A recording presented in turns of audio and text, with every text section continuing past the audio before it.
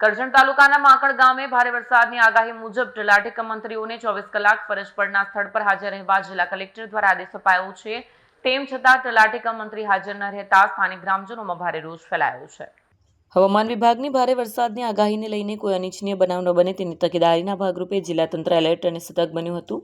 સાથે જિલ્લાના તમામ તાલુકાના ગામોમાં પણ જાહેર જનતાને વરસાદની કોઈપણ પ્રકારની સમસ્યાને લઈને હાલાકી કે મુશ્કેલી ન પડે તેની તકેદારીના ભાગરૂપે તમામ ગ્રામ પંચાયતોના તલાટી મંત્રીઓ અને સરપંચોને 24 કલાક સ્ટેન્ડ બાય રહેવા અને સતર્ક રહેવા સૂચના આપવામાં આવી। પરંતુ કરજણ તાલુકાના માકણ ગામના તલાટી મંત્રી હેતલ શર્મા પોતાના ફરજ સ્થળ પર હાજર રહેવાની વાત તો દૂર પણ એક પણ ગ્રામજનોના ફોન પણ ઉપાડ્યા ન હોવાના સ્થાનિક ગ્રામજનો દ્વારા આક્ષેપ કરવામાં આવ્યા હતા।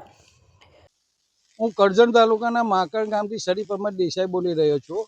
હાલ આપણા ગુજરાતમાં વરસાદની ભારે આગાહીના કારણે જિલ્લા કલેક્ટરશ્રીએ 3 દિવસ પહેલાં જાહેર સૂચના આપેલી કે ભાઈ દરેક તલાટી કમ મંત્રીએ દરેક ગામમાં, એવું નહીં કે માકણ ગામમાં, દરેક ગામમાં 24 કલાક 3 દિવસ માટે હાજર રહેવું।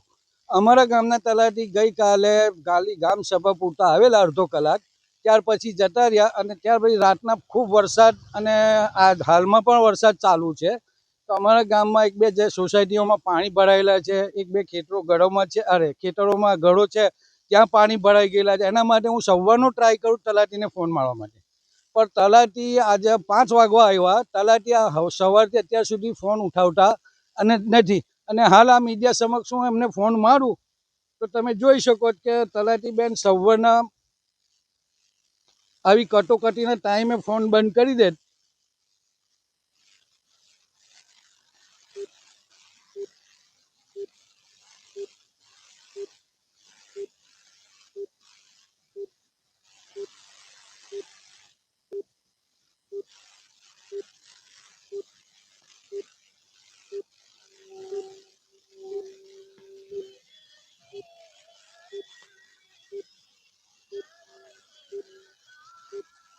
તમારા દ્વારા ડાયલ કરવામાં આવેલ નંબર નેટવર્ક કવરેજ ક્ષેત્રની બહાર છે।